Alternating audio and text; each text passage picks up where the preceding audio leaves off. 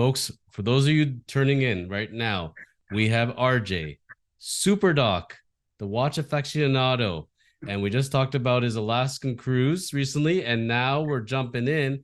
We always ask you the question when you come on. I think this is the third time, if not fourth time, you've already been on with us. That's been adding up as we built our relationship over a Omega DeVille many moons ago, which I still have. Love the watch, and I gave it a very good home. So, anything new in the collection? I know there's always talk with you that you're going to pare it down. You're going to go for the next Grail. When were we on last? I can't remember. The last was I'm trying to remember now. I think was when you picked up the Longue. You had picked up No, that. no, because Alenga was a while ago. That was the World Timer. I know we've been since then. I'm trying to Could think have of been there was a big Grail that you had achieved at the that was time. probably the Patek World Timer, and so there was since then there was the Patek, the annual calendar chronograph.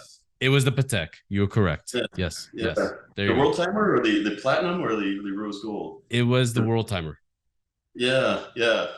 So that was a nice one. Which But Patek is it, folks? We got to remember. We got to keep these in order. So yeah, so I don't. So the problem is because we just got back. yes, So all I have here is the ones that I brought with me on the trip. Everything else is at the safe deposit, locked away safely. So, good, but good. yeah, so there was the Patek annual calendar chronograph, which that I had to melt a few down to create. I had to give up my Pepsi for that, but it was the thing with the Pepsi is that I knew that we were at the peak of the market. So I always said if I want to buy back in, then I'll be able to buy in less, even if I have to pay great prices. So the Pepsi I sold for about 26. Now I think you can get a Pepsi for the low 20s. But that was the one that actually hurt a little bit to sell.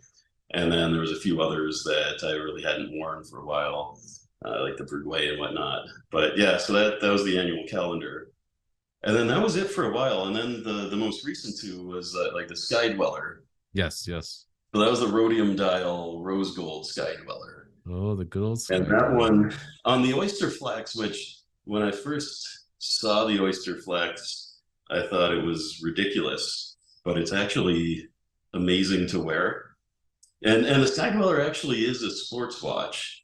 So when it was first introduced, they tried to make it a dress watch, and it was precious metal only. It was a little bit slimmer in the case and where the strap meets the case.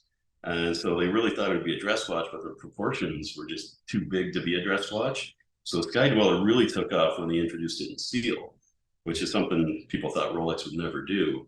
But that's where it really got popular. And so then now even in the precious metal, it's more sport watch line than dress watch.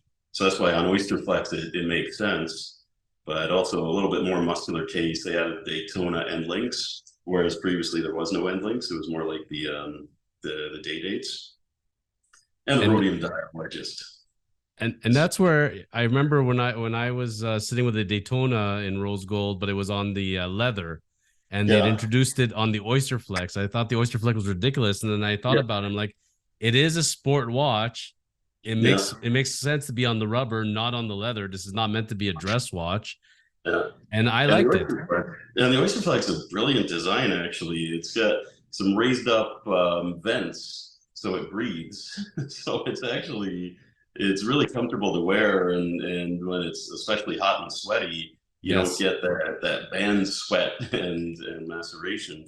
I was gonna say So when you're in 40 degrees Celsius weather, or 80-degree Fahrenheit, yeah, and it's boiling, like it is boiling. When you're sitting with a Rolly and it has on the bracelet, it gets heavy and it gets annoying.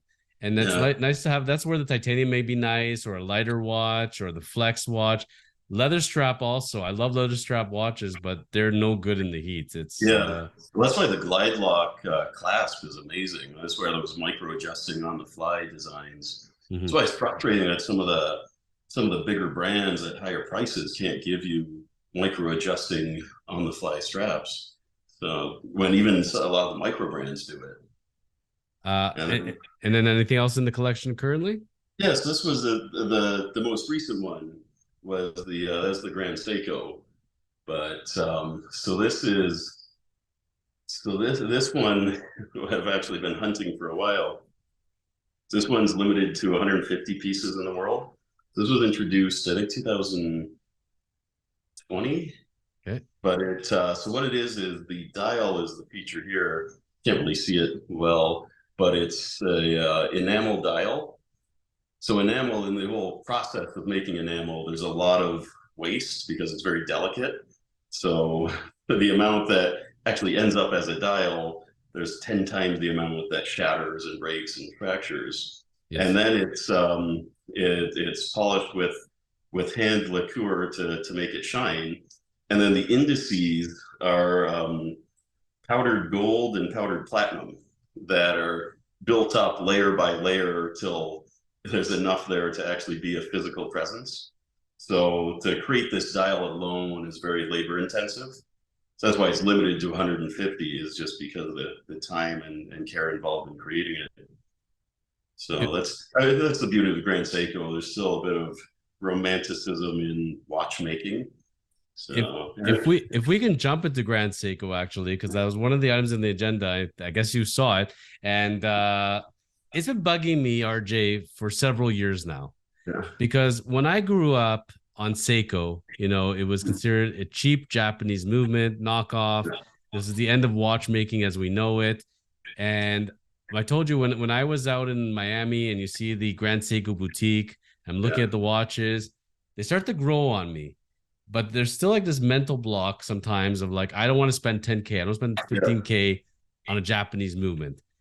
Tell me if somebody comes to you and says, I'm into watch collecting. I'm really interested in the different brands. Sell me on Grand Seiko. Why should I look at this brand? Because I haven't looked at it until now. What would you say to them?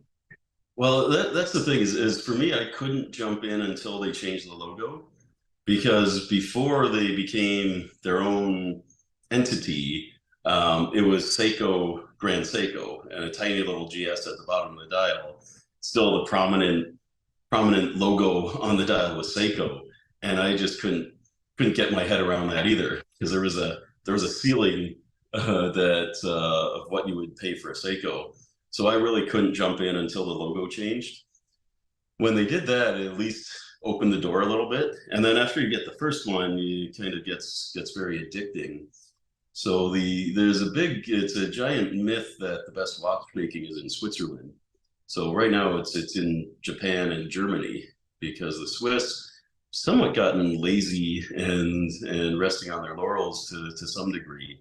So with the Seiko, the hard part with Grand Seiko and the Seiko relationship is that there's so much great history that goes along with Seiko and some of the accomplishments in watchmaking and innovations in watchmaking are Seiko stories, and so it's tough to completely ignore that because those are some amazing triumphs and victories and innovations, and so they're struggling to try to hold on to the good part of Seiko and yet get rid of the baggage and the Bay special clearance sale Seikos that you could pick up for 50% off. So that's the tough part about that brand recognition in a lot of people's minds is that Seiko is Hudson's Bay and Sears and the department store watches.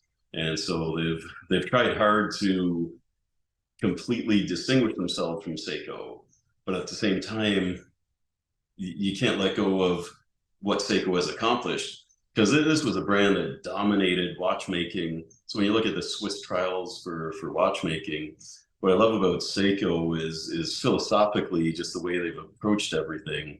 So the first year they went out to compete in the chronometer trials, they got destroyed and and almost to an embarrassing degree.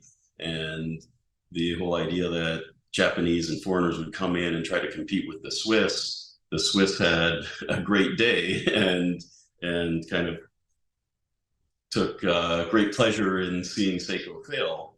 What they realized was that the route they took to get to Switzerland took them through a lot of magnetic fields.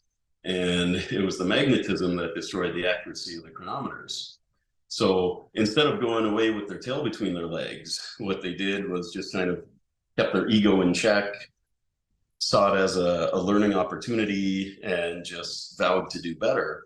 And the next year, not only did they improve the calibers, they took a roundabout route, which added an extra 48 hours of time on a train to get to Switzerland, because that's how committed they were. And then the next year, they dominated the timekeeping.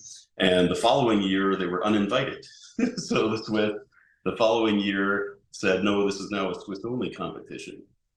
But when you look at how Seiko reacted to that, they didn't throw it back in their faces. They didn't try to make a big ad campaign about it.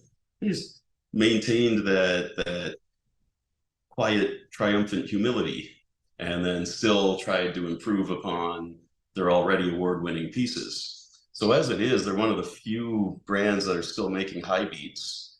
And the thing with a high beat, a lot of brands don't do it because it's hard to do. It's more expensive to do, and it's more labor intensive.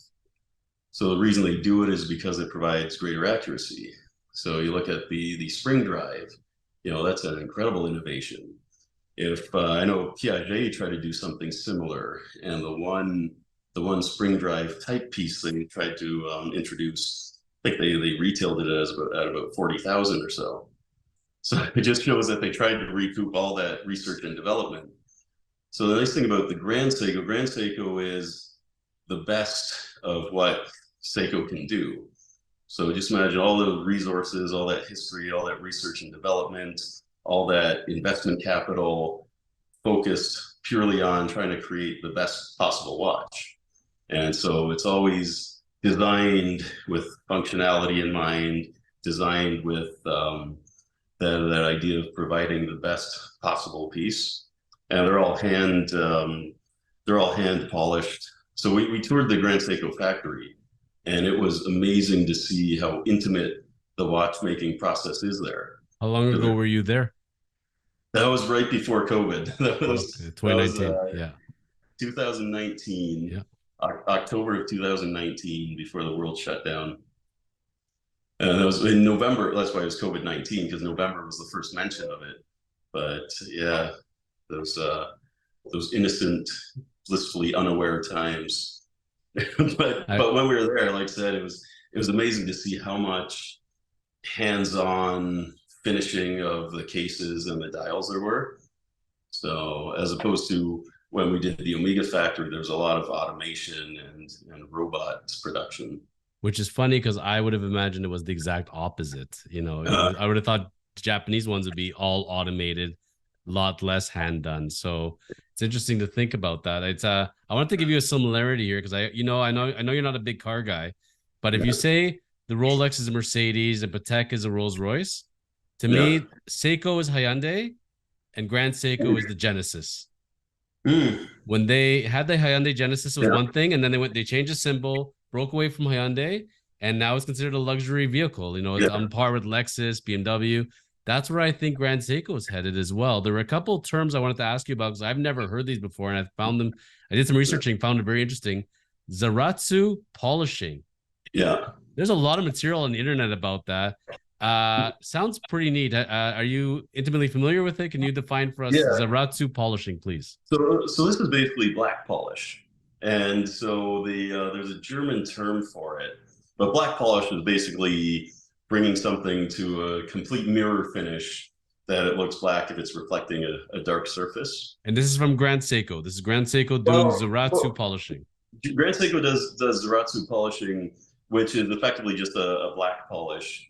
The actual term for it, there was a German term that you'll have to look up, that when the Japanese try to say it, they say Zaratsu. So it's the Japanese trying to describe black polish, but it basically means a complete mirror finish. So as opposed to polished surface. So if you look at any given watch that has a polished surface, there's still some distortion if you looked at you hold it to a book and look at the letters that are reflected in the polished parts of the watch, or even better, a lined page for writing. If you put a polished Rolex along the line page of writing, you're going to see those lines kind of curve or loop or wave. And when you look at Zaratsu polished, it's complete mirror finish. So the Zaratsu reflects mirror finishing, and that's all done by hand. So that's the beauty of it. The edges of the hour markers, the minute markers, and the cases and the bracelets. So those are all hand polished to create that deep that mirror finish, which on some of their cases, especially if there's a lot of angles and points of light, they really come alive when you have them on the wrist. That's why it's a brand that really is not well serviced by pictures, because you really need to see it dance under the light to appreciate it. And with the mirror finishing, you see some amazing light play. There's one thing I could say about Grand Seiko is they have some of the most beautiful dials I've ever seen. And that's what really separates them. And there's a lot of their models that people look just for specific dials because they have the particular color, if it's that shade of pink or the shade of red or light blue. Stunning. I saw one series now, Katana Sword. I don't know if I'm pronouncing it correctly. Yeah. That's the most recent one. Yeah. Yeah. I was looking at it. I thought the red stick was amazing on it. What's the deal with the Katana Sword? It sounds like a ninja. It watch. is, yeah. Yeah. Leonardo the Ninja Turtle. That was his weapon of choice. I think you're telling me Leonardo DiCaprio wears them, but we'll go with the Ninja Turtle, sure. Yeah. So that's the Katana blade. They do, so the dials are amazing. They have started to recycle the dials a little bit too much. And I think that they have to somewhat slow it down, because that same Katana blade dial is also the Mountawate dial, is also the Sunburst dial. So like the Cherry Blossom dial is also the Lion's Mane, or the cloudy skies over winter in Japan. So some of the dials are amazing, but they're starting to push a little too much. So I think what they need to do is keep some of those dials somewhat reserved and limited. But it's tough, because that's what people want out of them. And so they'll never do the same dial twice. There's always some different twist to it. So like the one they most recently introduced, the Autumn Red in the GMT, that one was introduced in 2018 as a high beat, but now it's in a GMT dial. So there's a few differences in the colorway. But that's the tough part with some of these dials. If they originally come out and they're limited editions and they're hugely popular, then with any brand, if you're leaving money on the table, it's a tough thing to do. That's why Rolex and some of the independents are the only ones who could accept leaving money on the table, because they know that's an investment in long-term value retention and prosperity of the brand. Whereas if you have to answer to a board of directors and shareholders, you can't leave money on the table. Like we talked in the previous episode about Omega and how they have to make 10,000 series of every single model, all these limited editions. It's never ending. You got James Bond, you got the Olympics, you got this, you have that. And that's it, and I've seen in different series how many different Grand Seiko limited editions there are as well. At some point, is there too many limited editions in your estimation? What is your thoughts on that? Yeah, it's tough when we've got a really small subculture of watch people who actually care. And so for us, it seems like overkill. But from the outside looking in, it's better. The more options, the more variety, the better. So when I look at some of the brands that I'm not as into, like Panerai, I've got a handful of 3 Panerai, but I'm not a hardcore Panerai guy, so I don't keep up with everything they're doing. I couldn't tell you what model is what as far as the limited. I couldn't speak about them the same way I speak about the Katana blades and whatnot for Grand Seiko. So when I happen upon a Panerai that I really like the one I bought, the rose gold one, I learned later that it was limited to 500 when I looked at the case back. So for me, and that could have been one of a dozen limited editions they made that year, and the Panerai guys might have felt that it's too much. But for a more casual buyer, it was just a piece that I liked aesthetically. So the more they put out, the more options you have, the better in the big picture. So the small little microcosm of people who follow watches might get annoyed by it, but that's a small niche that the big guys probably don't care about too much. And I'm going to tell the viewers at this point, send us your comments, throw it in, ask your questions for RJ. Grand Seiko, Omega, Panerai, what are your thoughts? Do you own them? Do you want to own them? You're never going to own them. Why? Why not? Grand Seiko, I told you, I've never had before, thought about it. The next one, you perfectly were reading my mind, Panerai, Yeah. and I can't get past it. I don't know why. And if I'm gonna own a Panerai, RJ, to me it comes down to the Radomir. I like the Radomir. I like the crown on it. It looks more Yeah. elegant.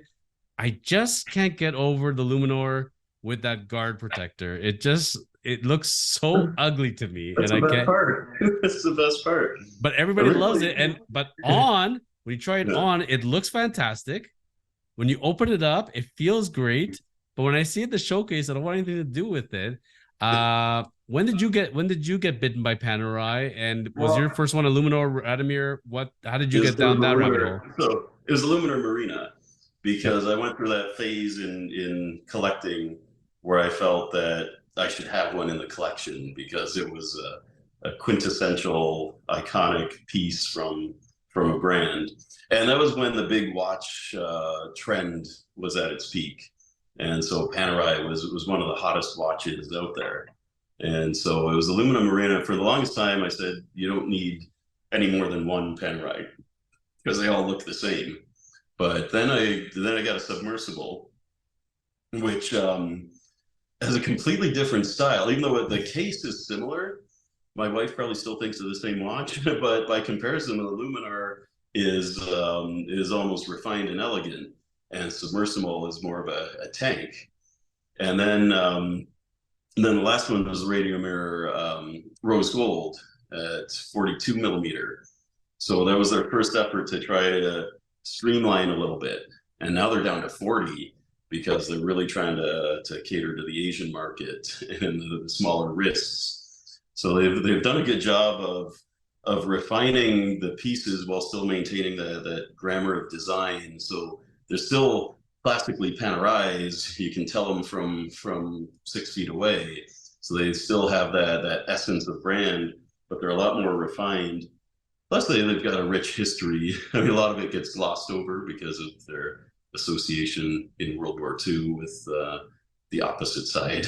But it's still all history, and every brand had to just make watches for their country. Seiko had to shut down and make exclusive watches for the Japanese army, and they were at some point on the wrong side of the fence. So it's all part of just the rich history of watchmaking.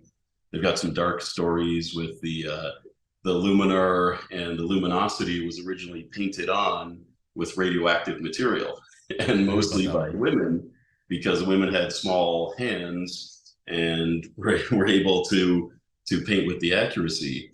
And so, in order to keep the brushes finely tipped, they would often lick them and put them in their mouths. And so, that chronic small exposure to the radioactive material ultimately resulted in a lot of cancers and deaths. But again, it's all part of the history. You can't completely ignore things that actually happened. Best you do is own up to them, apologize, and vow to do better and learn from it. So I remember so many stories. it's funny. I'm still stuck in my head when you're saying that, they're going down to a 40, just to bring it all in perspective here, folks. You get a day date president, it's a 40, it's a nice size watch. This is what they have to go down to in order to get, because that's how big Panerais are. I remember I tried on once a 44, and a buddy of mine told me it's too small. You don't want a 44, don't do it. And then, but I like the 42, I like the 44 personally. I think it's a more manageable size, but it ain't a small watch. But they're competing with the big pilot. They like the big watches because when we have an image of a Panerai, what do we think of? We think of Arnold in an H1 Hummer, and Yeah. we think of Stallone. I don't know if you've read about the Stallone part of it, because Stallone had his celebrity auctions and Yeah. his used pieces. Not all the history seems to be flowing well for Stallone. Some of it seems to be a little off for those Panerai researchers. That Yeah. I don't know if he intentionally or not intentionally came up with these fibs or what he thinks to be truths, but there's a lot of folklore and myths and urban legends about some Panerais out there. Well, that was the thing with Stallone and Paneroy. It was this idea that he stumbled upon it and discovered it while strolling through the streets of Italy one day. And then there's a lot of evidence that this was all preconceived and designed. Yeah, but it was a brilliant way to do it, because one of the biggest things I have problems with is the paid ambassadors. So this was a way to have a paid ambassador without having him as an obvious shill for your brand. So I think it was a brilliant strategy, and Absolutely. I think what happened was Stallone felt that they should have played through a bit more, because if they all stuck to the story, if it was actually true that Stallone stumbled upon it and then decided to feature it in a big close up in several movies, then he does deserve more credit, and he deserves Panerai, worshiping him and kissing his ass more. And so he felt that Panerai didn't kiss his ass enough for him creating the brand. But if the fact is that this was all well planned out, then on Panerai's end, they feel, why do we have to do that? We've helped each other. You've become this figure in the watch world, and we've gotten recognition. So it was a symbiotic relationship. So that's where I think things kind of broke down. I don't know if Stallone started to believe the story that he stumbled upon it and discovered it, and then in his mind that they should be more grateful. But I think that there's a lot of evidence that makes it very clear that that wasn't the case. There was an article I read. It was I can't remember, it was like 10 pages, 20 pages, but it was really in depth. I read it word for word, where they did the timelines as far as when he wore his first watch, the pictures of it, the ones that were sold at auction with the letters of authenticity saying Yeah. when it was placed, and they're saying it's impossible that this watch was here, and they show the pictures, they go through the Yeah. timelines, and it's quite fascinating. But with Stallone, I mean, I think it comes down to you have to look at the source, right? Look at the fights that he has with the Rocky movies, as far as saying that I created the Rocky movies, but Yeah. I'm not getting paid enough from them. I feel like it's the same type of deal. At some point, he thought that he was Panerai, and I don't know if he wanted a stake in the company or what it was, but something didn't go right for sure. But Yeah. again, if you think about masculinity, you think Hummers, you think Yeah. Stallone, you think Schwarzenegger, you think Terminator, Rocky, Rambo, of course, sign me up. It's the perfect ambassador, certainly. And it Yeah. worked. I mean, let's think about it. The peak of And the peak of yeah, and I think it's Panerai.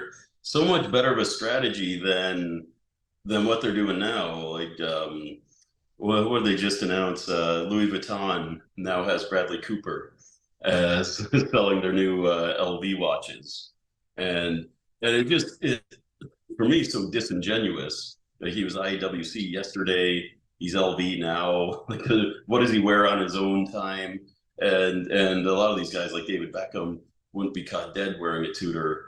And so it just reads as disingenuous. So I don't know. Tom Brady switched his Yeah, watches. yeah.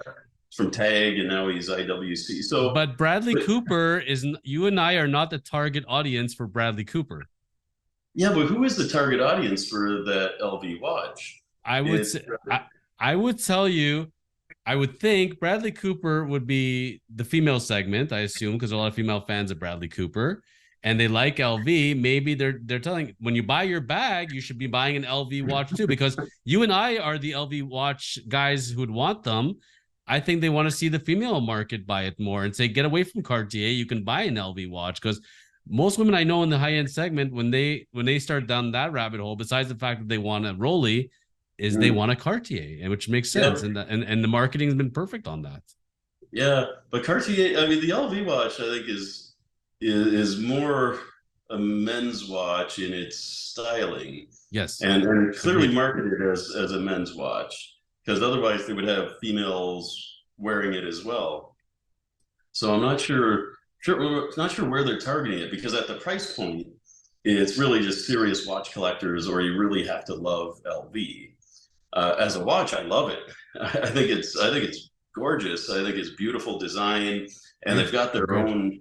they've got their own watch house, and their own, even though LVMH owns a lot of brands like Zenith and Tag Heuer, the LV watches are all made separately, so they keep that as a completely different entity.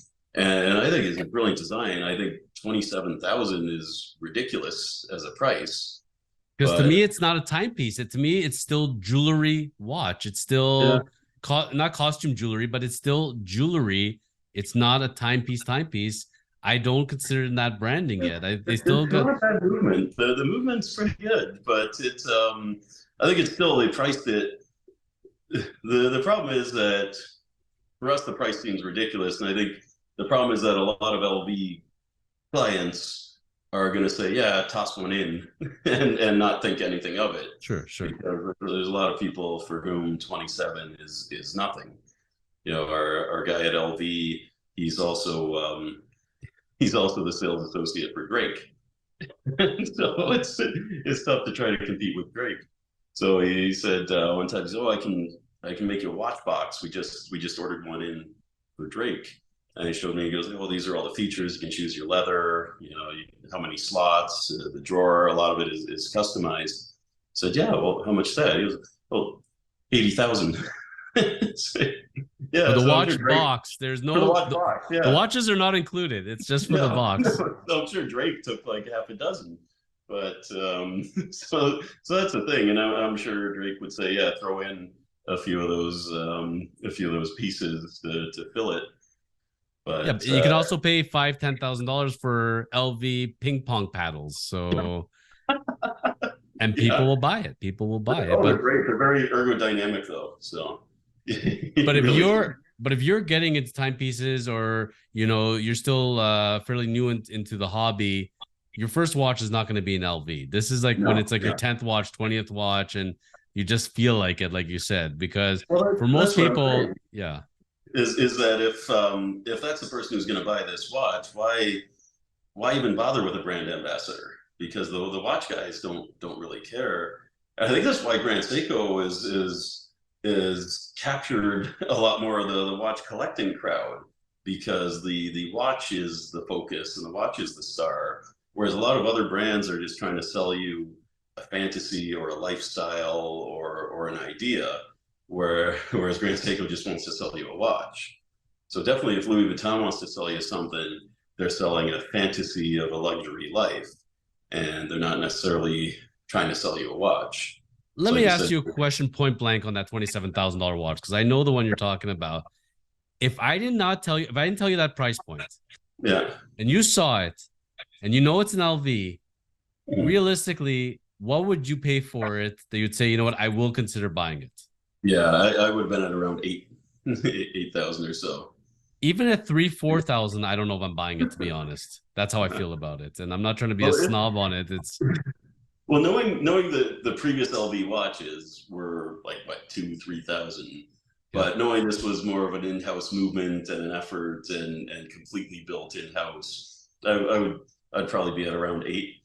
Because to me, it's similar to the old IWC engineers, and the new Yeah. IWC engineers I love too. But even those, I think at 15 are a little bit too aggressively priced.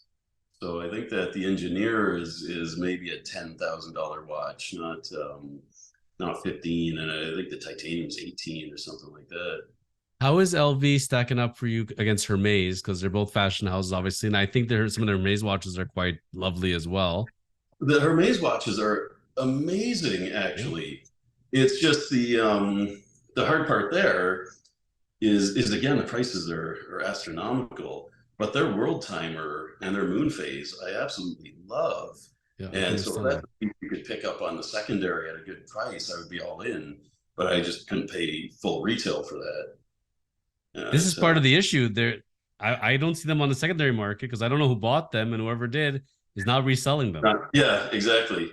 So and because it's all controlled by Hermes, they're not exactly dumping it to a gray dealer as part of a bundle with other pieces. A couple My wife brands wants are me to buy that because if I buy that, she thinks she'll get a more of a fast track to more Birkins.